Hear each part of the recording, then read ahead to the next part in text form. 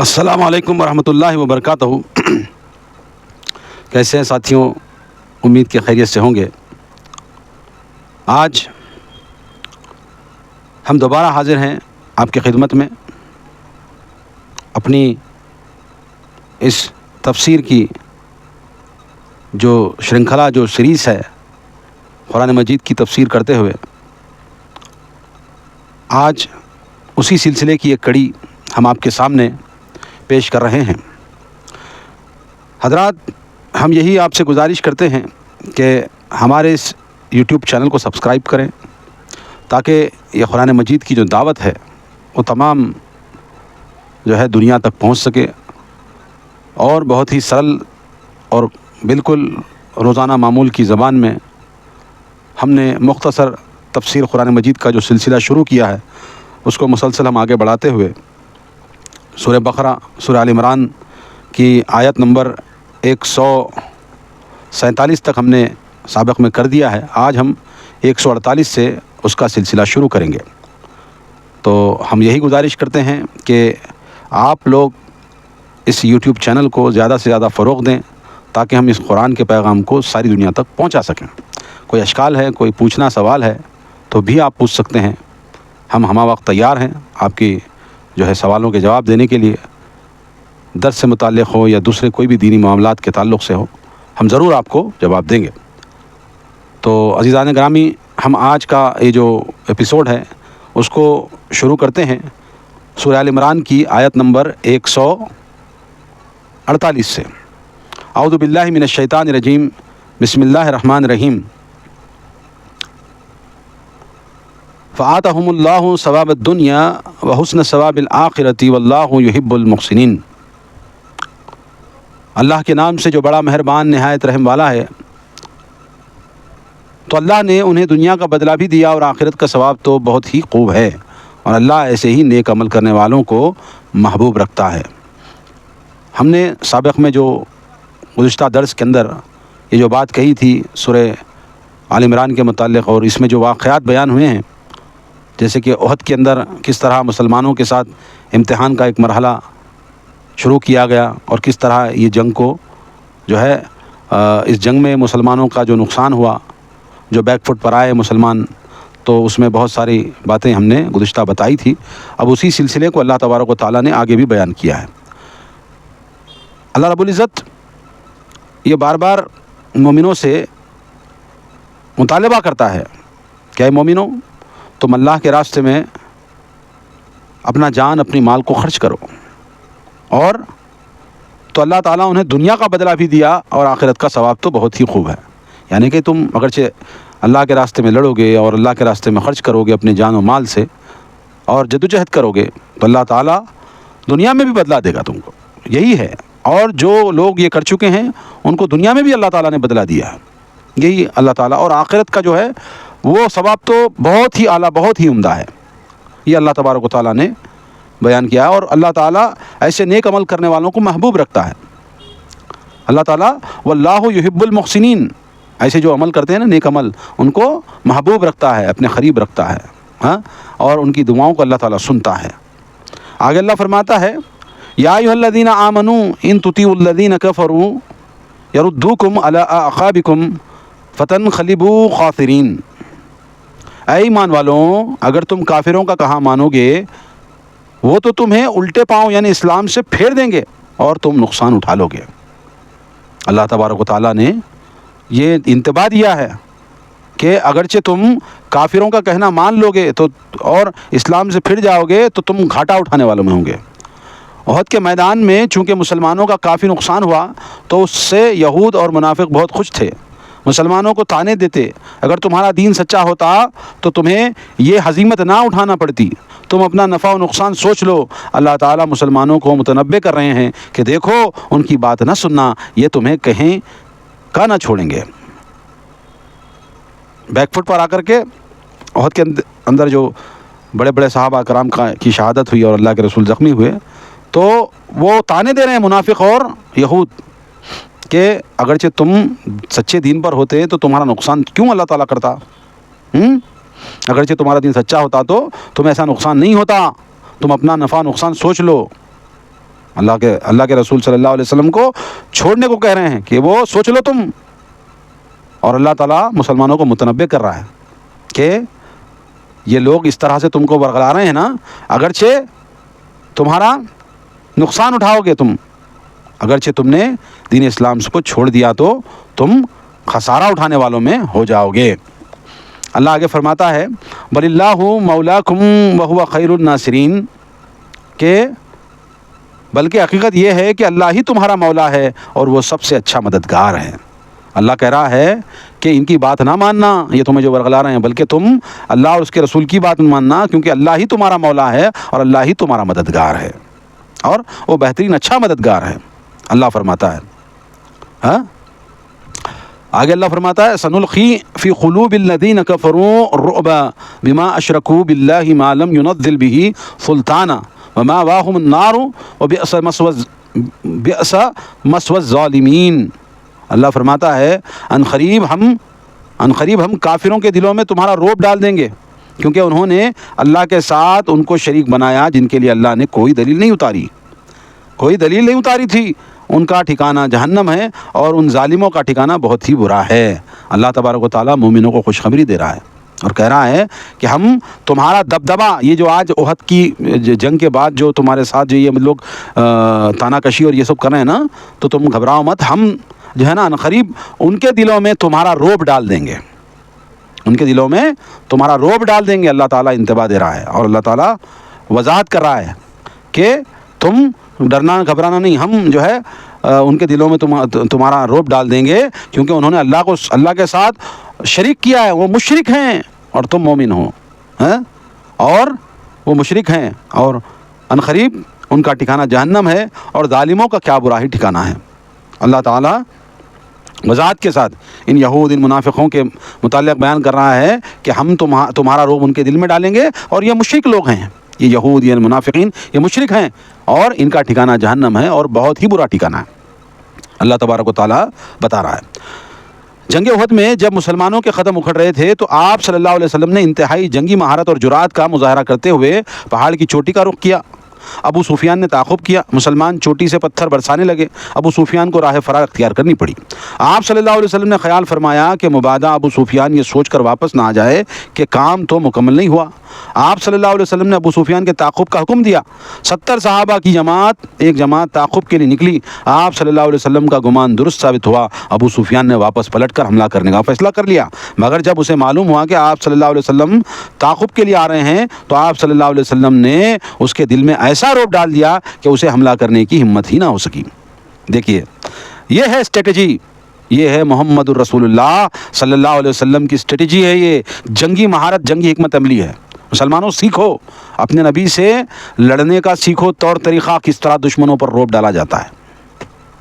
پسپا ہو کر پیچھے نہیں ہٹے, بیک فٹ پر آئے تو تھے, مگر بیک فٹ پر آ کر کے پہاڑ کی چوٹی کا سہارا لیا. اس کے بعد پہاڑ پر سے پتھر برسانے لگے مشرکین مکہ پر. ہاں, اور مشرکین مکہ جو ہے پھر ری آرگنائز ہونے کے لیے تیار ہو رہے تھے. تو رسول اللہ صلی اللہ علیہ وسلم نے 70 صحابہ کو حکم دیا کہ جاؤ ان کا تعاقب کرو. اب وہ جو ری آرگنائز ہو رہے تھے, پھر تازہ دم ہو کر کے پھر حملہ ور ہونا چاہتے تھے, تو اللہ تعالیٰ نے ان کے دلوں میں روب ڈالا. 70 صحابہ کو رسول اللہ صلی اللہ علیہ وسلم نے جب تعاقب کے لیے بھیجا تو ان کے دلوں میں روب پڑ گیا, اور ابو سفیان اور اس کی جماعت, خالد بن ولید اور ان کی جماعت سارے جو ہے مکے کی طرف رخ کر لیے. یہی وضاحت بیان کی جا رہی. اور اللہ تعالیٰ نے اس مرعوبیت کا سبب بھی بتا دیا کہ وہ بلا دلیل اللہ کے ساتھ شرک کرتے ہیں. گویا شرک کرنا بزدل بنا دیتا ہے اور دنیا اور بنا دیتا ہے اور انسان مرعوب ہو جاتا ہے. حضرت ابو ہریرہ رضی اللہ تعالیٰ عنہ سے روایت ہے کہ آپ صلی اللہ علیہ وسلم نے فرمایا مجھے جامع کلمات کے ساتھ بھجوایا گیا ہے اور 1 ماہ کی مسافت سے روب کے ذریعے میری مدد کی گئی ہے, اور جب میں سو رہا تھا تو مجھے زمین کے خزانوں کی کنجیاں دی گئیں. اللہ کے رسول صلی اللہ علیہ وسلم نے یہ بات حضرت ابو ہریرہ کے ذریعے دنیا کو بتا دی کہ اللہ کے رسول صلی اللہ علیہ وسلم کا روب دبدبہ ان کے دلوں میں ڈال دیا. ہاں, اور اللہ کے رسول صلی اللہ علیہ وسلم کو بشارتیں دیں, زمین کے خزانوں کی کنجیاں دی گئیں. تو مومنوں تم اللہ ہی سے مدد مانگنا, اللہ کے سوا کسی سے مدد نہیں مانگنا, اللہ کے سوا کسی سے مدد نہیں مانگنا, اور اللہ کے ساتھ کسی کو شریک نہیں کرنا. یہی دعوت دی جا رہی ہے. آگے اللہ فرماتا ہے وَلَقَدْ صدقكم الله وعده إذا تحسونهم بإذنه حتى إذا فشلتم وتنازعتم في الأمر وعصيتم من بعد ما أراكم ما تحبون منكم من يريد الدنيا ومنكم من يريد الآخرة ثم صرفكم عنهم ليبتليكم ولقد عفا عنكم والله ذو فضل على العالمين على المؤمنين ذو فضل على المؤمنين. اللہ تبارک و تعالیٰ نے کیا بہترین انداز میں بیان کیا ہے. بلا شبہ اللہ نے جو تم سے وعدہ کیا تھا اسے پورا کر دیا، جبکہ تم احد میں کافروں کو اللہ کے حکم سے خوب قتل کر رہے تھے، تاکہ تم نے بزدلی دکھائی، نبی کے حکم میں جھگڑنے لگے اور اپنی پسندیدہ چیز مال غنیمت نظر آ جانے کے بعد تم نے اس کی نافرمانی کی. تم میں سے کچھ وہ تھے جو دنیا چاہتے تھے اور کچھ آخرت چاہتے تھے. پھر اللہ نے تمہیں کافروں کے مقابلے میں پسپا کر دیا تاکہ تمہیں آزمائے، اور بے شک اللہ نے تمہارا قصور معاف کر دیا کیونکہ وہ مومنوں کے لیے بڑے فضل والا ہے. اللہ تبارک و تعالیٰ نے کیا بہترین ان کی جو ڈھارس بندائی کہ ابتدا میں میدان احد کے اندر مسلمانوں میں جم کر لڑے اور کفار کو راہ فرار اختیار کرنا پڑی. یہ تو میں نے بتا دیا کہ ابتدائی دور میں جب رسول اللہ صلی اللہ علیہ وسلم نے 50 تیر اندازوں کو چٹان کی چوٹی پر جو ہے نا ٹھہرا کر کے بہترین جو ہے حکمت عملی سے جنگ کی شروعات کی اور کافرین جو ہے پسپا ہو کر بھاگنے لگے. اب اگلا یہ عمل ہوا کہ مال غنیمت لٹا دے کر صبر نہ کر سکے. مومنوں میں جو لوگ تھے صحابہ، جو خاص کر کے وہ 50 تیر انداز، تو اللہ کے رسول صلی اللہ علیہ وسلم کی بات میں جھگڑنے لگے. کوئی کہنے لگا کہ دیکھو اب تو جنگ جیت گئی، رسول اللہ صلی اللہ علیہ وسلم جنگ کے اندر کہا تھا کہ یہاں سے نہیں ہلنا، جنگ تو ختم ہو گئی، یہ دیکھو کافر بھاگ رہے ہیں، یہ دیکھو مال غنیمت چھوڑ کر بھاگ رہے ہیں. کسی نے کہا، کوئی کہنے لگا نہیں ابھی تو وقت ہے، اللہ کے رسول نے ہر حال میں ہم کو یہیں رکنے کو کہا. یہ آپس میں جھگڑنے لگے مال غنیمت کو سامنے دیکھ کر کے، اور دنیاوی زندگی کی لالچ ان کے دل میں سما جا رہی تھی، اور یہ ان کے دل میں وہ باتیں آ رہی تھی. اللہ تعالیٰ بخوبی دلوں کے راز کو جانتا ہے، اور وہ مال غنیمت نظر آنے کے بعد تم لوگ جو ہے صبر نہ کر سکے تھے. آپ صلی اللہ علیہ وسلم نے عبداللہ بن جبیر کی قیادت میں 50 تیر اندازوں کا دستہ درے کی حفاظت کے لیے مقرر کیا. انہوں نے نبی کریم صلی اللہ علیہ وسلم کی نافرمانی کی اور مال غنیمت جمع کرنے لگے. صرف 12 آدمی عبداللہ رضی اللہ تعالیٰ کے ساتھ رہ گئے. اسی وجہ سے کافروں کو شکست کے بعد پلٹ کر حملہ کرنے کا موقع ملا. اور اللہ کے رسول صلی اللہ علیہ وسلم کی نافرمانی کی، اس واسطے اللہ تبارک و تعالیٰ نے ان کے دلوں میں اب یہ دنیا کی مال کی جو ہے دولت کی جو ہے آ گئی تھی. اب ان کو آزمانا تھا، اللہ نے آزمایا، پھر پسپا ان کو کیا. پھر جو حضرت خالد بن ولید جو ہے عقب سے آ کر جب حملہ کیا تو ساری کی ساری جو ہے وہ مال غنیمت کا لالچ ختم ہو گیا ان کا. اللہ تعالیٰ نے صحابہ کرام کی غلطی معاف کر کے اس کا اعلان بھی کر دیا. اس معافی کی وجہ سے جنگ شکست کی بجائے برابری کی سطح پر ختم ہوئی. اگر یہ معافی نہ ہوئی ہوتی تو عین ممکن ہے کہ مشرکین مکہ میدان احد کے بعد مدینہ کا رخ کرتے اور مسلمانوں کو شدید ذلت کا شکار ہو جاتے. اس کے علاوہ اللہ تعالیٰ نے معافی کے اعلان کے بعد قبض باطن والوں کے لیے صحابہ پہ زبان تان دراز کرنے کی گنجائش ختم کر دی. میں نے کہا تھا نا کہ اگرچہ رسول اللہ صلی اللہ علیہ وسلم سٹینڈ سٹل مومنٹ وہاں پر نہیں رکھتے اور وہاں پر قیام باقی نہیں رکھتے اور چٹان کو جو ہے احد کے میدان کو اپنے قبضے میں نہیں رکھتے، تو یہ مشرکین مکہ کا ارادہ تو تھا کہ وہ مدینے کے اوپر حملہ کر جاتے اور اس سے زیادہ ذلت ہوتی. تو رسول اللہ صلی اللہ علیہ وسلم کی حکمت عملی کی وجہ سے کافرین میدان چھوڑ کر چلے گئے اور مدینے پر آنچ نہیں آئی. اور اللہ تعالیٰ ان مومنوں کا جو ہے وہ جو غلطی کی تھی اللہ تعالیٰ نے وضاحت کے ساتھ کہہ دیا کہ ہم نے معاف کر دیا. آگے اللہ فرماتا ہے اس تسعدون ولا تلون علی احد والرسول یدعوکم فی اخراکم فاصابکم غما بغم لکی لا تحزنوا علی ما فاتکم ولا ما اصابکم واللہ خبیر بما تعملون. اللہ فرماتا ہے جب تم جنگ احد میں بھاگے جا رہے تھے اور نہ کسی کی طرف مڑ کر دیکھتے تھے، حالانکہ اللہ کے رسول تمہارے پیچھے سے تمہیں بلا رہے تھے، پھر اللہ نے تمہیں غم پر غم دیے تاکہ تم ایسی بات پر غم نہ کرو جو تمہارے ہاتھ سے نکل جائے، اور نہ ایسی مصیبت پر جو ایسی مصیبت پر جو تم پر نازل ہو اور جو کام بھی تم کرتے ہو، اللہ ان سے خوب واقف ہے۔ اللہ فرماتا ہے کہ جو تم بھاگے جا رہے تھے اور اللہ کے رسول تمہیں پیچھے سے آواز دے رہے تھے، رکو، میدان مت چھوڑو، ہاں، مگر تم بھاگ جا رہے تھے، اور تم جو ہے ایسے بھاگ رہے تھے کہ مڑ کر دیکھتے تھے، حالانکہ اللہ کے رسول تمہارے پیچھے تھے، نہ کسی کی طرف مڑ کر دیکھتے تھے۔ یہ تمہاری کیفیت ہو رہی تھی۔ برا بن عازب سے روایت ہے کہ یوم احد کو نبی کریم صلی اللہ علیہ وسلم نے عبداللہ ابن جبیر کو پیدل فوج کا ذمہ دار بنایا۔ وہ جب پسپا ہونے لگے تو رسول اللہ صلی اللہ علیہ وسلم نے انہیں پیچھے بلاتے تھے۔ آپ کے پاس صرف 12 صحابی رہ گئے تھے، یعنی وہ جو 50 انداز جو پیدل دستہ تھا وہ سارے چلے گئے، صرف 12 بچے تھے۔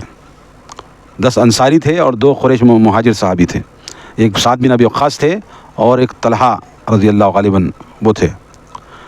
اور فتح اور محرومی کا غم، اس کے علاوہ مسلمانوں کے زخمی ہونے اور آپ صلی اللہ علیہ وسلم کی شہادت کی افواہ سے پہنچے والے غم وغیرہ، یعنی کہ جو غم پہ غم اللہ تعالیٰ نے دیے، تو اس کی وضاحت اللہ تعالیٰ یہ بیان کرتا ہے کہ ہم نے رسول اللہ صلی اللہ علیہ وسلم کو بھی زخمی ہونے دیا، یعنی کہ اللہ تعالیٰ کی مرضی تھی اس میں، تاکہ تم یہ نہ کہو کہ ہم لڑ رہے ہیں، بلکہ اللہ کے رسول خود لڑ رہے ہیں اور وہ بھی زخمی ہوئے ہیں، اور تم میں سب سے زیادہ زخمی وہ ہوئے ہیں۔ آپ کے دندان مبارک شہید ہوئے، آپ کے رخسار کو جو ہے کہ وہ لوہے کی کڑیاں آپ کے رخسار میں دھس گئیں، آپ لہو لوہان ہو گئے۔ رسول اللہ صلی اللہ علیہ وسلم کو خود اللہ تعالیٰ نے لڑوایا، اور یہ جنگ کے اندر جو ہے رسول اللہ صلی اللہ علیہ وسلم کو تمہاری ہمت بند رہے تھے اتنے زخمی حالت میں بھی، یہی اللہ تعالیٰ بیان کرتا ہے۔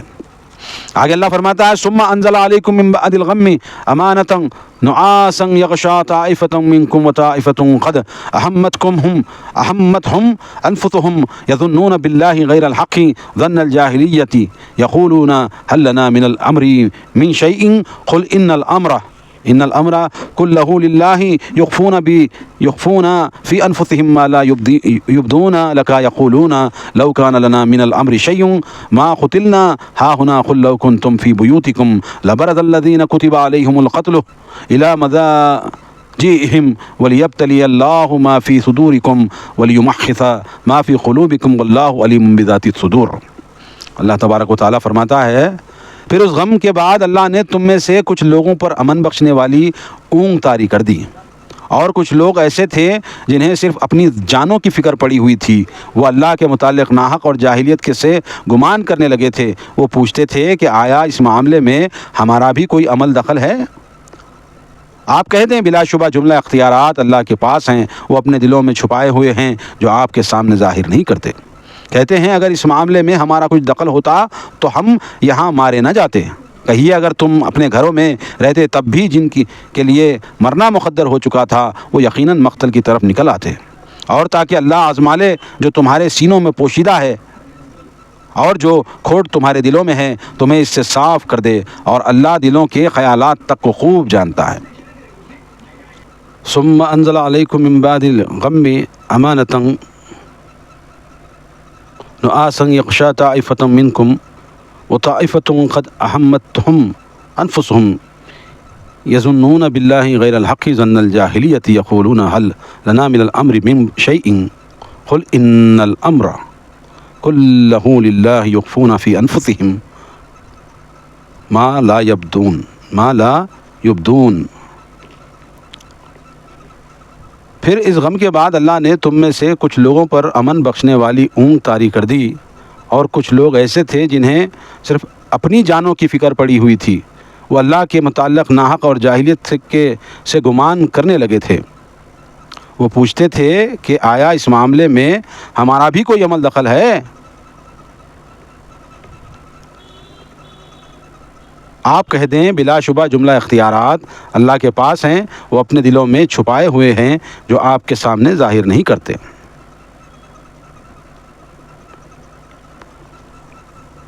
اللہ فرماتا ہے غموں کے ہجوم کے بعد اللہ تعالیٰ نے مسلمانوں پہ اونگ طاری کر دینا ایک غیر معمولی امداد تھی۔ نیند سے، اور اگر نیند کا موقع نہ ہو تو اونگ سے بھی جسمانی اور روحانی دونوں طرح کا سکون حاصل ہو جاتا ہے، تھکاوٹ دور ہوتی ہے اور غم بھول جاتا ہے۔ ابو طلحہ رضی اللہ تعالیٰ عنہ کہتے ہیں کہ یوم احد کو عین جنگ کے دوران ہمیں اونگ نے آ لیا، تلوار میرے ہاتھوں سے گرنے کو ہوتی تو میں اسے سنبھالتا، پھر گرنے کو ہوتی تو پھر تھام لیتا۔ یعنی کہ اللہ تبارک و تعالیٰ نے جو موقع تھا وہ موقع پر مومنوں کو سکون قلب کے لیے اونگ طاری کر دی، جس سے ریلیکس ہو سکے، ان کے دل کے اندر کی ہیبت چلی جائے۔ ہاں، اللہ تبارک و تعالیٰ ان کے دلوں سے ہیبت دور کرنا چاہتا تھا۔ آگے اللہ فرماتا ہے لَقَدْ يَقُولُونَ لَوْ كَانَ لَنَا مِنَ الْأَمْرِ شَيْءٌ مَا قُتِلْنَا هَاهُنَا قُلْ لَوْ كُنْتُمْ فِي بُيُوتِكُمْ لَبَرَزَ الَّذِينَ كُتِبَ عَلَيْهِمُ الْقَتْلُ إِلَى مَضَاجِعِهِمْ وَلِيَبْتَلِيَ اللَّهُ مَا فِي صُدُورِكُمْ وَلِيُمَحِّصَ مَا فِي قُلُوبِكُمْ وَاللَّهُ عَلِيمٌ بِذَاتِ الصُّدُورِ۔ اللہ فرماتا ہے آپ کہہ دیں بلا شبہ جملہ اختیارات تو اللہ کے پاس ہیں، وہ اپنے دلوں میں چھپائے ہوئے ہیں جو آپ کے سامنے ظاہر نہیں کرتے۔ کہتے ہیں اگر اس معاملے میں ہمارا کچھ دخل ہوتا تو ہم یہاں مارے نہ جاتے۔ کہیے اگر تم اپنے گھروں میں رہتے تب بھی جن کے لیے مرنا مقدر ہو چکا تھا وہ یقیناً مقتل کی طرف نکل آتے، اور تاکہ اللہ آزما لے جو تمہارے سینوں میں پوشیدہ ہے اور جو کھوٹ تمہارے دلوں میں ہے تمہیں اس سے صاف کر دے، اور اللہ دلوں کے خیالات تک کو خوب جانتا ہے۔ یعنی کہ جو یہ دل میں سوچ کر آئے تھے، خاص کر کے زیادہ تر یہ مومنوں کے منافقوں کے بارے میں جو ہے یہ ڈسکشن ہو رہی ہے کہ اللہ تعالیٰ جو ہے پاک کو ناپاکی سے الگ کرنے کا مسئلہ تھا نا، یہ جو جنگ کی جو آگ تھی اس سے منافقون کے چہرے تھے جو تھے نا وہ ظاہر نہیں ہوئے تھے احد سے پہلے، مگر احد کے اندر یہ منافقوں کے چہرے ظاہر ہو گئے، کھلے طور پر وہ جو ہے آ گئے، اور یہ کوئی اگرچہ دلوں میں تمہارے کھوٹ کے ساتھ آیا ہوا تھا وہ اللہ تعالیٰ نے وہ ظاہر کر دیا، وہ کھوٹ، اور جو اگرچہ ڈر اور ہیبت جو تھی کسی کے دل میں وہ ہیبت بھی اللہ تعالیٰ نے ان کے ذریعے سے ان کی ہیبت کو بھی اللہ تعالیٰ نے نکال دیا، یہی بتایا گیا۔ منافقین کی ایک جماعت تو عبداللہ ابن ابی کے ساتھ میدان جہاد سے پہلے ہی الگ ہو چکی، کچھ لوگ پھر بھی رہ گئے، یہ وہ منافق تھے جو کہ اپنے مسلمان رشتہ داروں کی وجہ سے ٹک گئے تھے۔ حدیث کی روایت کے مطابق یہ دوسرا گروہ منافقین کا تھا جنہیں اپنی جانوں کے علاوہ کسی چیز کی فکر نہ تھی، وہ قوم میں سب سے زیادہ بزدل، سب سے زیادہ مرعوب اور سب سے زیادہ حق کی حمایت سے گریز کرنے والے تھے۔ یعنی کہ منافقوں کی صفت میں دو کیٹیگری جو تھی وہ بتائی گئی کہ اگرچہ ایک تو عبداللہ ابن ابی منافق کا گروہ جو صاف سیدھا جنگ سے پہلے نکل گیا، مگر کچھ انصاری مسلمانوں کی رشتہ داروں کی بنا پر، منافق تو تھے مگر رشتہ دار کیونکہ جنگ میں جا رہے ہیں تو یہ بھی بظاہر اسلام لائے تھے نا منافق لوگ، یہ ان کی جو ہے اس کے واسطے آئے تھے میدان جنگ میں، تو اللہ تعالیٰ نے وہ گروہ کا بھی تذکرہ کیا کہ جو دو گروہ بھاگنے والے تھے نا ان میں سے یہ گروہ تھا، وہ والا گروہ تھا۔ ہاں، کیا ہمارا مشورہ بھی تسلیم ہو سکتا ہے؟ ہم نے تو مدینہ میں رہ کر لڑنے کا مشورہ دیا تھا، یہ کہ اب اس شکست کے بعد بھی ہمارے لیے فتح کا کوئی امکان ہے؟ یعنی کہ منافقوں نے یہ رسول اللہ صلی اللہ علیہ وسلم کو مشورہ دیا تھا کہ مدینہ میں رہ کر لڑیں گے، لہذا ہم مدینہ میں رہ کر لڑتے ہیں تو ہم لڑنے مدینہ جا رہے ہیں، آپ لڑو یہاں پر ہی، ایسا کر کے چلے گئے۔ تو یہ اب تانا دنی کر رہے ہیں، ان کے بارے میں اللہ تعالیٰ ان کا راز کھول رہا ہے کہ اب شکست تو ہو گئی، ہاں بظاہراً جو پسپا ہو رہے ہیں، ہمارا مشورہ تسلیم کر لیا ہوتا تو یہ پسپائی نہیں ہوتی، یہ نقصان نہیں ہوتا۔ اس شکست سے ایک فائدہ یہ ہوا کہ سب کے متعلق معلوم ہو گیا کہ وہ اپنے ایمان میں کتنا مضبوط ہیں، بزدلوں اور منافقوں کا بھی پتہ چل گیا، اس کے علاوہ مخلص مسلمانوں کو اپنی کمزوریاں دور کرنے کا ایک موقع میسر آ گیا۔ یعنی کہ اللہ تبارک و تعالیٰ نے جو بزدل تھے کچھ مسلمانوں میں، دل کی کمزور بھی جو تھے نا، وہ لوگوں کو بھی ٹھارس بندھائی اور ان کو جو ہے نا مضبوط کرنے کا موقع مل گیا کہ ڈرو مت، اب جو ہے آریہ پار کی جنگ، یہ اللہ تبارک و تعالیٰ نے وضاحت کے ساتھ بیان کر دیا، اور جو دلوں میں کچھ چھپاتے ہیں نا اس کو بھی اللہ تعالیٰ جانتا ہے اور اس طرح باہر نکالتا ہے ان کے ارادوں کو، ان کے دلوں کے کینے اور کپٹوں کو اللہ تعالیٰ وضاحت کے ساتھ بیان کرتا ہے۔ آگے اللہ فرماتا ہے ان الذین تولوا منکم یوم التقى الجمعان انما استزلهم الشیطان ببعض ما کسبوا ولقد عفا اللہ عنہم ان اللہ غفور رحیم۔ جس دن دونوں لشکروں کی مدبھیڑ ہوئی تو تم میں سے جو لوگ پسپا ہوئے ان کے بعض غلطیوں کی بنا پر شیطان نے ان کے قدم ڈگمگا دیے تھے، بلا شبہ اللہ نے انہیں معاف کر دیا کیونکہ اللہ بہت درگزر کرنے والا اور بردبار ہے۔ جو لوگ آپ صلی اللہ علیہ وسلم کی نافرمانی کر کے درہ چھوڑ گئے یا جو لوگ آپ کی پکار کے باوجود فرار ہوئے تو یہ شیطانی اغوا تھا، نہ کہ ان مومنوں کے اپنے عزم سے تھا۔ یعنی کہ اللہ تعالیٰ بیان کر رہا ہے کہ ایک تو رسول اللہ صلی اللہ علیہ وسلم کی بات نہیں مانی اور درہ چھوڑ کر چلے گئے، ہاں، اور یہ ان کا نہیں تھا، شیطان نے ان کے دلوں میں ایسی بات ڈالی، یہ عمدن اس طرح نہیں کیے اختلاف کر کے کہ ہم جائیں یا نہ جائیں، جنگ تو جیت گئے، اس طرح کے وسوسے، شیطان کا کام ہی وسوسے ڈالنا. تو اللہ تعالیٰ کہہ رہا ہے ہم نے ان کو معاف کر دیا. کلی طور پہ جو مجاہدین جنہوں نے جنگ لڑی، جنہوں نے درہ چھوڑا، جنہوں نے بھاگنے کی کوشش کی، جنہوں نے رائے فرار اختیار کی، جنہوں نے پیٹھ دکھائی، ان کو بھی اللہ تعالیٰ اس آیاتوں کے اندر کھلی طور پہ یہ بات کہہ رہا ہے کہ ہم نے ان کو معاف کر دیا. روافظ کہتے ہیں کہ نعوذ باللہ صحابہ فرار ہو گئے تھے رسول اللہ کو چھوڑ کر کے، ہاں، تو صحابہ جو جید صحابہ تھے وہ تو نہیں تھے فرار ہونے میں، مگر جو لوگ کچھ پیٹھ دکھائے تھے وقتیہ طور پہ، اللہ تعالیٰ ان کو بھی معاف کر دیا. اور یہ کیسے، کیا منہ لے کر یہ روافظ کہتے ہیں کہ صحابہ جو ہے بھاگ گئے، گنہگار بن گئے؟ اللہ تعالیٰ نے تو کھلے طور پہ ان کو بھاگنے والوں کو بھی معاف کر دیا. تو تم کون سی کھیت کی مولی ہو جو ان پر الزام لگاتے ہو اے روافظ؟ ہاں، جواب دو ہمارا، روافظوں جواب دو. اس آیت کو کہاں رکھو گے؟ اس آیت کو کدھر لے کر جاؤ گے؟ اللہ کہہ رہا ہے کہ ہم درگزر کر دیے، ہم معاف کر دیے ان کو. ہاں، اللہ کیا کہہ رہا ہے؟ ما کذا ولقد عفا اللہ عنہم ان اللہ غفور رحیم. عفا اللہ عنہم، اللہ نے ان کو معاف کر دیا. اللہ تو معاف کرتا ہے، اور تم جیسے خبیث روافظ جو ہے ان کے اوپر الزام تراشیاں کرتے پھرتے ہو. توبہ کرو. کون سی ناک لے کر، کون سا منہ لے کر اللہ کے سامنے قیامت کے روز کھڑے ہو گئے روافظیوں؟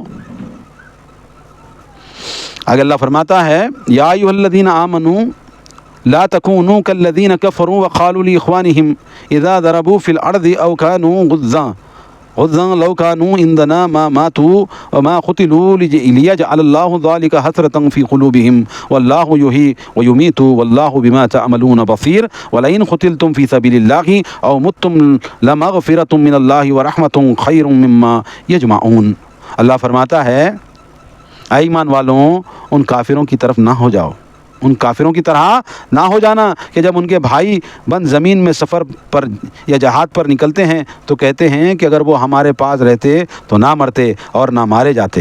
اللہ تعالیٰ ان کی اس قسم کی باتوں کو ان کے دلوں میں حسرت کا سبب بنا دیتا ہے، اور اللہ ہی زندہ رکھتا اور مارتا ہے، اور جو کام تم کر رہے ہو اللہ انہیں دیکھ رہا ہے. اگر تم اللہ کی راہ میں مارے جاؤ، خود مر جاؤ، بہرحال اللہ کی بخشش اور رحمت ان سب چیزوں سے بہتر ہے جنہیں یہ لوگ جمع کر رہے ہیں.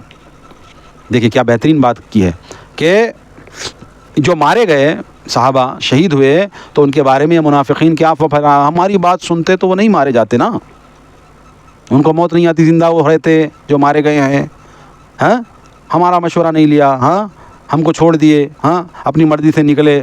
تو اللہ کہہ رہا ہے کافروں کی طرح نہ ہو جانا تم کہ اگر وہ ہمارے پاس رہتے تو بچ جاتے. تو یہ باتوں پر توجہ نہیں دینا، یہ لوگ منافقین جو کہہ رہے ہیں. اور اللہ تعالیٰ وضاحت کے ساتھ بیان کر رہا ہے اگرچہ وہ بڑے بڑے محلات میں بھی رہ جائیں گے نا، تو جب موت کا مقدر ہو جائے گا تو جو نہیں آنے والا بھی مقتل کی طرف کھینچ کر آئے گا، اور موت اسے وہاں پر بھی آ کے پکڑے گی، اور مدینے کے اندر سے کھینچ کر لا کر کے احد کے میدان میں کھینچ کر کے اس کو ذبح کرائے گا. موت اگرچہ مقدر ہوگی، لاکھ کوشش تم کر لو گے. اللہ تبارک و تعالیٰ بیان کر رہا ہے. اللہ تبارک و تعالیٰ نے صاف کھلی طور پہ ان تمام صحابہ جو موجود تھے جنگ احد کے اندر ان کو معاف کرنے کا اعلان کیا. دوبارہ ذکر تاکید کا فائدہ دے رہا ہے تاکہ کوئی بدبخت صحابہ کرام کو ہدف ملامت یا نشانہ تنقید نہ بنائیں. اللہ تبارک و تعالیٰ پہلے بھی یہ کہہ رہا ہے کہ ہم نے ان کو معاف کیا، پھر دوبارہ کہہ رہا ہے کہ ہم نے ان کو معاف کیا، تاکہ کوئی رافضی، کوئی صحابہ کا دشمن ان کے اوپر قیامت تک الزام نہ لگا سکے. تاکیداً کہتا ہے کہ نہیں بولنا کچھ بھی ان کے بارے میں، زبان درازی نہیں کرنا ورنہ زبان گدی میں سے کھینچ لی جائے گی.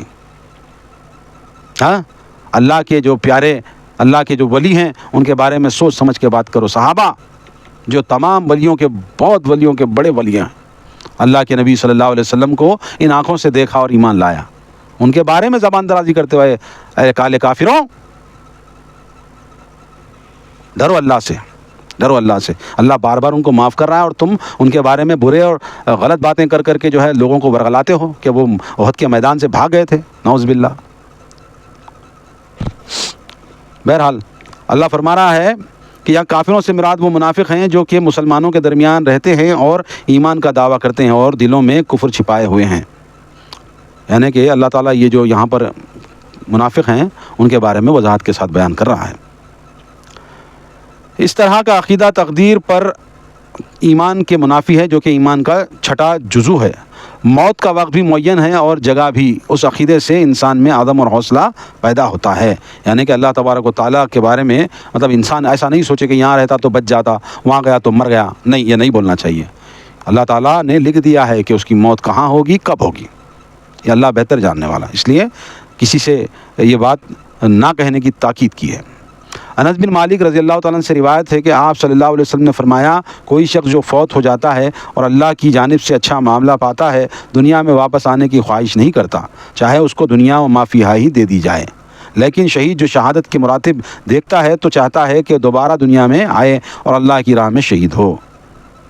یعنی کہ اللہ کے رسول صلی اللہ علیہ وسلم نے فرمایا کہ شہادت کا جو مرتبہ پاتا ہے وہ بندہ دوبارہ دنیا میں آنے کی خواہش اللہ کے سامنے ظاہر کرتا ہے، کیونکہ جو اس کو مرتبہ، جو مقام اللہ تعالیٰ عطا کرتا ہے مرنے کے بعد، شہادت کے بعد، اس کی خواہش دوبارہ وہ کرتا ہے کہ کاش اور اللہ تعالیٰ مجھے موقع دیتا تو میں بار بار شہید ہو کر کے دنیا سے آتا۔ یہ اللہ کے رسول صلی اللہ علیہ وسلم نے بخاری شریف میں حضرت انس کے ساتھ روایت کر کے بیان کیا۔ اسی طرح انس بن مالک سے روایت ہے کہ آپ صلی اللہ علیہ وسلم نے فرمایا، اللہ کی راہ میں دوپہر کو یا چاشت کے وقت ایک مہم دنیا و ما فیہا سے بہتر ہے، یعنی کہ اللہ کے راستے میں لڑنے کی کچھ وقت بھی، دوپہر کا وقت دنیا اور ما فیہا، دنیا اور اس کے اندر جو چیزیں سب سے بہتر ہے اللہ کے راستے میں نکلنے کا، اللہ کے راستے میں لڑنے کا، ٹھیک ہے۔ ابو ہریرہ رضی اللہ عنہ سے روایت ہے کہ آپ صلی اللہ علیہ وسلم نے فرمایا، ایک شہید کو قتل ہوتے وقت اس سے زیادہ تکلیف نہیں ہوتی جتنی کہ چونٹی کے کاٹنے کی ہوتی ہے۔ ترمذی شریف میں روایت ہے، یعنی کہ جو شہید ہوتا ہے نا اللہ کے راستے میں، اس کو چونٹی کے کاٹنے سے کتنی جو ہے اس کو تکلیف ہوتی ہے، اتنی ہی تکلیف ہوتی ہے اس کو، شہید کو جو اللہ کے راستے میں شہید ہوتا ہے، اس کو تکلیف نہیں ہوتی، اس کے سوا دوسروں کو ہوتی ہے تکلیف، مگر اسے تکلیف اللہ تعالیٰ اس کی تکلیف جو ہے نہیں دیتا، اس کو تکلیف، اس کی جو روح نکلتی ہے تو اس کو تکلیف نہیں ہوتی، صرف چونٹی کاٹے جتنا اس کو درد ہوتا ہے۔ یہ وضاحت کے ساتھ بیان کیا گیا ہے۔ اس سے یہ بتایا جا رہا ہے کہ اللہ کے راستے میں اپنی جانوں کے نذرانہ پیش کرنے کے لیے پیچھے نہیں ہٹنا چاہیے۔ آگے اللہ فرماتا، وَلَئِن مُتُّمْ أَوْ قُتِلْتُمْ لَا إِلَى اللَّهِ تحشرون، اور اگر تم مر جاؤ یا مارے جاؤ، بہرحال تم سب اللہ کی طرف اکٹھے کیے جاؤ گے۔ اللہ فرماتا ہے کہ تم مارے جاؤ یا خود مر جاؤ، سب لوگ اللہ کے سامنے اکٹھا ہوں گے۔ فَبِمَا رَحْمَةٍ مِّنَ اللَّهِ لِنتَ لَهُمْ وَلَوْ كُنتَ فَظًّا غَلِيظَ الْقَلْبِ لَانفَضُّوا مِنْ حَوْلِكَ فَاعْفُ عَنْهُمْ وَاسْتَغْفِرْ لَهُمْ وَشَاوِرْهُمْ فِي الْأَمْرِ فَإِذَا عَزَمْتَ فَتَوَكَّلْ عَلَى اللَّهِ إِنَّ اللَّهَ يُحِبُّ الْمُتَوَكِّلِينَ۔ اللہ کی یہ کتنی بڑی رحمت ہے کہ آپ صلی اللہ علیہ وسلم ان کے حق میں نرم مزاج واقع ہوئے ہیں۔ اگر آپ تند مزاج اور سنگ دل ہوتے تو یہ سب آپ کے پاس سے تتر بتر ہو جاتے، لہذا ان سے درگزر کیجئے، ان کے لیے بخشش مانگیے اور کاموں میں ان سے مشورہ کیجئے۔ پھر جب آپ پختہ ارادہ کر لیں تو اللہ پر بھروسہ کیجئے، بلا شبہ اللہ بھروسے کرنے والوں کو پسند فرماتا ہے۔ یعنی اللہ تعالیٰ کی یہ بیان کرنا کہ اللہ کے رسول صلی اللہ علیہ وسلم کی جو مزاج ہے، وہ مزاج میں اتنی اللہ پاک نے نرمی رکھی ہے کہ وہ معافی کرتے ہیں، درگزر کرتے ہیں، کسی بات کو دل پر نہیں لیتے، اور بڑی رحمت کے ساتھ اللہ کے رسول صلی اللہ علیہ وسلم اپنے صحابہ سے برتاؤ رکھتے ہیں۔ مزاج ان کا وہی ہے، نرم دل ہے۔ اگرچہ آپ تنگ دل ہوتے تو یہ جو فوج آپ کے پیچھے ہے، جو آپ کے وضو کے پانی کے قطرے زمین پہ گرنے نہیں دیتی، یہ آپ کے پاس موجود ہوتی، اگرچہ آپ تنگ دل ہوتے تو۔ یہ وضاحت کے ساتھ اللہ بیان کر رہا ہے۔ آپ صلی اللہ علیہ وسلم اعلیٰ اخلاق کے مالک تھے، جیسے قرآن کریم میں ارشاد ہے، اور یقیناً آپ بلند ترین اخلاق کے مالک ہیں، سورہ قلم میں اللہ نے وضاحت کی۔ اعلیٰ اخلاق میں طبیعت کی نرمی بدرجہ اولیٰ شامل ہے۔ ام المومنین عائشہ رضی اللہ تعالیٰ عنہ روایت کرتی ہیں کہ فرماتی ہیں، اللہ کی قسم آپ صلی اللہ علیہ وسلم نے کبھی اپنی ذات کے لیے انتقام نہیں لیا۔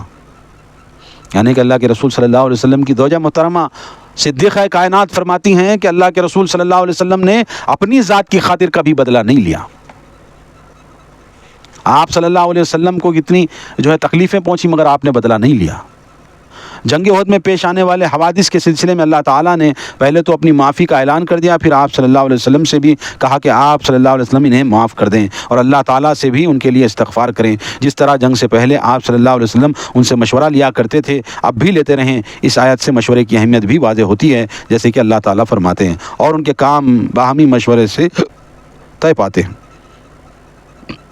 یعنی کہ اللہ پاک فرماتا ہے کہ آپ جس طرح پہلے صحابہ سے مشورہ لیا کرتے تھے تو کنٹینیو کریے اس کو، ہاں، اور اور جو ہے آگے بات کی وضاحت ہے کہ اس کا یہ مطلب بھی نہیں ہے کہ جو مشورہ آپ کو ملے آپ کو لازماً وہی کرنا ہوگا، بلکہ آپ کو آخری فیصلہ خود کرنا ہوگا اور اللہ پر توکل کرتے ہوئے اپنے کام انجام دیجیے۔ اس سے موجودہ مغربی جمہوریت جو کہ طاغوت کی شکل اختیار کر گئی ہے کی بھی نفی ہو جاتی ہے۔ یعنی کہ اللہ تعالیٰ بیان کر رہا ہے کہ ہر مشورے کو آپ قبول نہ کیجیے، آپ کو جو بہتر لگے اس کا قطعی فیصلہ آپ خود کیجیے۔ یہ بھی اللہ تعالیٰ بیان فرما رہا ہے۔ آگے اللہ فرماتا ہے کہ ان ینصرکم اللہ فلا غالب لکم وان یخذلکم فمن ذا الذی ینصرکم من بعدہ وعلی اللہ فلیتوکل المؤمنون۔ اگر اللہ تمہاری مدد کرے تو تم پر کوئی غالب نہیں آ سکتا، اور اگر تمہیں چھوڑ دے تو پھر کون ہے اس کے بعد جو تمہاری مدد کر سکے؟ لہذا مومنوں کو اللہ ہی پر بھروسہ کرنا چاہیے۔ آگے اللہ فرماتا ہے کہ مومنوں کو اللہ پر ہی بھروسہ کرنا چاہیے، اللہ کو چھوڑ کر کسی اور پر بھروسہ نہیں کر سکتے۔ وما كان لنبي ان يغل ومن يغل يأتي بما غل يوم القيامة ثم توفى كل نفس ما كسبت وهم لا يظلمون۔ نبی کی یہ شان نہیں کہ خیانت کرے، اور جو خیانت کرے گا وہ قیامت کے دن خیانت کردہ چیز سمیت حاضر ہو جائے گا، پھر ہر شخص کو اس کمائی کا پورا پورا بدلہ دیا جائے گا اور کسی پر ظلم نہ ہوگا۔ ہاں، اس کا یہ مطلب بھی نہیں کہ حضرت ابن عباس رضی اللہ تعالیٰ عنہ فرماتے ہیں کہ جنگ بدر کی غنیمت سے سرخ رنگ کی ایک چادر غائب ہو گئی۔ بعض لوگوں نے کہا کہ شاید رسول اللہ صلی اللہ علیہ وسلم نے رکھ لی ہو تو یہ آیت نازل ہوئی۔ دیکھیے، یعنی کہ مال غنیمت سے کوئی چیز غائب ہو گئی تو اللہ کے رسول صلی اللہ علیہ وسلم رکھ لیا، یہ سے گمان کرنے لگے، تو اس کی وضاحت کرتا ہے اللہ۔ کیا کہتا ہے اللہ تعالیٰ؟ کتنا پیارا رب ہے کہ نبی کی یہ شان نہیں کہ خیانت کرے، اور جو خیانت کرے گا وہ قیامت کے دن خیانت کردہ چیز کے ساتھ اللہ کے سامنے حاضر ہوگا۔ نبی کی شان نہیں ہے۔ ہاں، تم کیوں ایسا دلوں میں یہ ایسے سوچتے ہو کہ نبی خیانت کرے گا؟ نہیں، نبی خیانت نہیں کریں گے، اور جو خیانت کرے گا قیامت کے دن وہ چیز کے ساتھ حاضر ہوگا اللہ کے پاس۔ تو اللہ کے رسول صلی اللہ علیہ وسلم کے بارے میں اچھا گمان رکھو۔ ہاں، افمن اتبع رضوان اللہ کمن باء بسخط من اللہ ومأواہ جہنم وبئس المصیر۔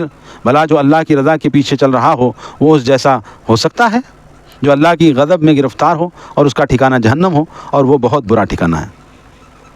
اللہ کی رضا اور اللہ کی جو ہے خوشنودی کے ساتھ جو چل رہا ہے اور اللہ کے غضب پر جو چل رہا ہے، یہ دونوں برابر نہیں ہیں، یہ اللہ وضاحت کر رہا ہے۔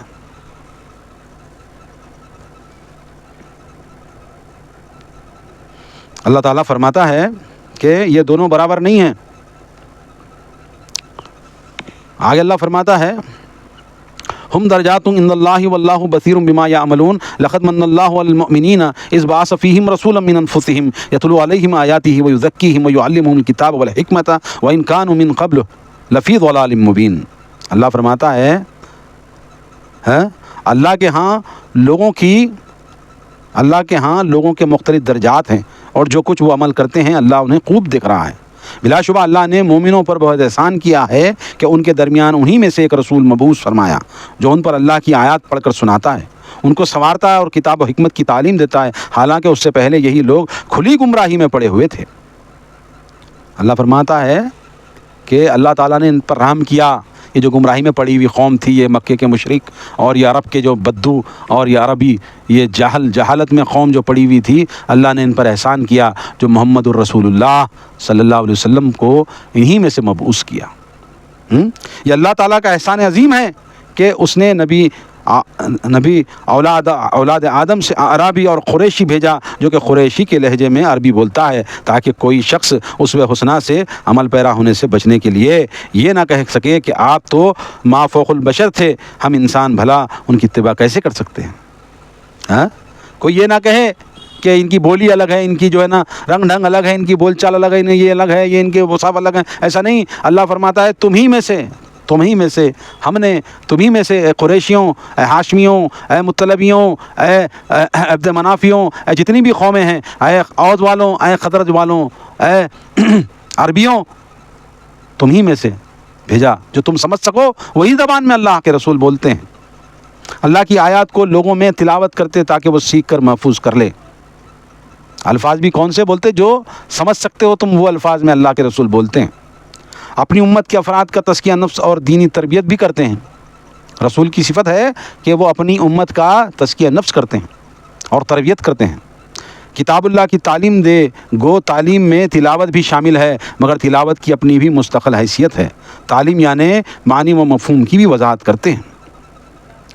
حکمت کی تعلیم دے، حکمت سے بعد مفسرین سنت کی تعلیم مراد لیتے ہیں، یعنی احکام الہی کو عمل میں لانے کا طریقہ بھی آپ صلی اللہ علیہ وسلم بیان کرتے ہیں۔ اتنی بہترین خلقت اور اتنی بہترین جو ہے اللہ کے رسول صلی اللہ علیہ وسلم کی محبت اس امت کو باران رحمت اللہ تبارک و تعالیٰ کی دنیا کے سامنے رسول اللہ صلی اللہ علیہ وسلم نے پیش کیا۔ ان کو سکھایا، ان کو بولنا سکھایا، ان کو چلنا سکھایا، ان کو بیٹھنا سکھایا، ان کو اٹھنا سکھایا، حتیٰ کہ یہ اغیار ان پر یہ کہتے ہیں کہ یہ ایک ایسا نبی ہے کہ اپنی امت کو استنجا کرنے کا بھی طریقہ بتاتا ہے۔ اتنی پاک ذات ہے، اتنی رحم دل، اتنے پیارے رسول محمد صلی اللہ علیہ وسلم ہیں کہ استنجا کا طریقہ بھی آپ بتاتے ہیں کہ کس طرح استنجا کیا جائے۔ اے انسانوں، اور کیا چاہیے تمہیں؟ لاؤ ایمان محمد الرسول اللہ صلی اللہ علیہ وسلم پر، ابھی کب ایمان لاؤ گے؟ لاؤ۔ اللہ آگے فرماتا ہے اولما اصابتکم مصیبۃ قد اصبتم مثلیہا قلتم ان ھذا قل هو من عند انفسکم ان اللہ علی کل شیء قدیر۔ اللہ فرماتا ہے بھلا جب تم پر مصیبت آئی تو تم چلا اٹھے کہ یہ کہاں سے آ گئی، حالانکہ اس سے دو گنا صدمہ تم کافروں کو پہنچا چکے ہو۔ کہہ دیجئے کہ یہ مصیبت تمہاری اپنی ہی لائی ہوئی ہے، بے شک اللہ ہر چیز پر قادر ہے۔ منافقین کے ساتھ اکابر صحابہ کے علاوہ عام مسلمان بھی یہ سمجھ رہے تھے کہ جب ہم حق پر ہیں اور رسول اللہ بنفس نفیس موجود ہیں تو کافر ہم پہ غلبہ کیسے پا سکتے ہیں؟ تو اللہ وضاحت کر رہا ہے کہ جتنا تم کو چوٹ لگی ہے نا، اس سے دگنی چوٹ ان کو لگی ہے۔ یہ اللہ خود بیان کر رہا ہے۔ تو حزن و ملال نہ کرو، حزن و ملال نہ کرو، اور اللہ سے ڈرتے رہو اور اللہ پر ایمان لاؤ اور اللہ کی ان فرمودات پر عمل کرو۔ اے امت محمدیہ، تم کو اللہ تعالیٰ نے ایسے پیارے رسول کے ساتھ دنیا میں تمہارا ساتھ وہ تمہارے جو ہے رسول بنا کے بھیجے گئے ہیں۔ جو دیگر انبیاء سابق ان کی امت میں پیدا ہونے کی دعائیں مانگتے تھے، آج تم ان کی امت میں پیدا ہوئے ہو اور ان کے اعمال، ان کے افعال، ان کی جو تلاوات، ان کے جو اعمال ہے، ان کی جو باتیں ہیں، ان کے جو فرمودات ہیں، اس کو پس پش ڈال کر کے دنیا کی زندگی میں مشغول ہو گئے ہو۔ توبہ کرو، گناہوں سے بچو۔ اللہ تبارک و تعالیٰ ہمیں کہنے سننے سے زیادہ عمل کی توفیق دے۔ ہم یہ دعا کرتے ہیں، آپ بھی دعا کریں کہ اللہ تعالیٰ نے پیارے محمد صلی اللہ علیہ وسلم کی امت میں پیدا کر کے ہم پر جو احسان کیا ہے نا، بہت بڑا احسان۔ جب مرو گے، سانس نکلے گی، تب پتہ چلے گا۔ زندہ ہو تو اس کی قدر نہیں کر رہے ہو۔ ایک ایک سانس جو سانس آتی اور جاتی ہے نا، وہ ایک ایک سانس رسول اللہ صلی اللہ علیہ وسلم کے بتائے ہوئے طریقہ کار پر چلو تاکہ تم فلاح پا سکو۔ دوستوں، ہماری دعوت یہی ہے کہ توحید خالص پر ایمان لاؤ، اللہ کے ساتھ کسی کو شریک مت بناؤ، اور صرف مانو تو رسول اللہ صلی اللہ علیہ وسلم کی مانو۔ قرآن کا یہی دعوت ہے۔ اللہ کے فضل و کرم سے ہم نے آج 165 نمبر کی آیت تک تلاوت کا شرف حاصل کیا، اس کی مختصر تشریح و تفسیر کی۔ ہم نے 153 سے اپنا درس کا آغاز کیا تھا۔ اللہ تبارک و تعالیٰ نے 148 سے ہم نے اپنے درس کا آغاز کیا تھا، 148 سے، اور ہم 165 تک ہم نے آج اپنا درس مکمل کر لیا ہے باذن اللہ، اللہ کے فضل و کرم سے۔ تو ہم دعا گو ہیں، ہم دعا کرتے ہیں اللہ پاک سے، اللہ پاک ہمیں اس قرآن کی دعوت کو ساری دنیا میں پہنچانے کی توفیق عنایت کرے، کہیے آمین۔ اور ہم آپ سے بھی یہ گزارش کرتے ہیں کہ قرآن مجید کی دعوت کو دنیا تک پہنچاؤ۔ سانس جب تک ہے تب تک یہ عمل کرو تاکہ اللہ تعالیٰ تم سے راضی ہو جائے۔ اور ہم گزارش کرتے ہیں کہ یہ سوشل میڈیا میں، یوٹیوب، فیس بک میں ہمیں سبسکرپشن کرو، ہمارے چینل یوسف طاہر کو سبسکرائب کرو اور یہ ویڈیو کو شیئر کرو۔ ہم یہی دعوت دیتے ہیں، اور ہم کوشش کرتے ہیں کہ آپ کو قرآن مجید سرل انداز میں، اچھے انداز میں اور روزانہ کی بول چال میں سمجھانے کی کوشش کریں۔ کچھ کوتاہی ہے تو اپنے طرف سے ہے، ہم اس کوتاہی کو تسلیم کرتے ہیں، اور جو اچھائی ہے وہ اللہ کی جانب سے۔ آپ بھی دعا کریں تاکہ یہ دعوت میں ہمیں آسانی ہو. ہماری باتوں کو آگے تک ضرور پہنچائیں. کوئی ڈاؤٹ ہے تو ضرور ہمارے کامنٹ باکس میں بولیں. مجھے اگلی نشست تک اجازت دیں، جب تک کے لیے میں آپ سے رخصت لیتا ہوں. السلام علیکم ورحمۃ اللہ وبرکاتہ.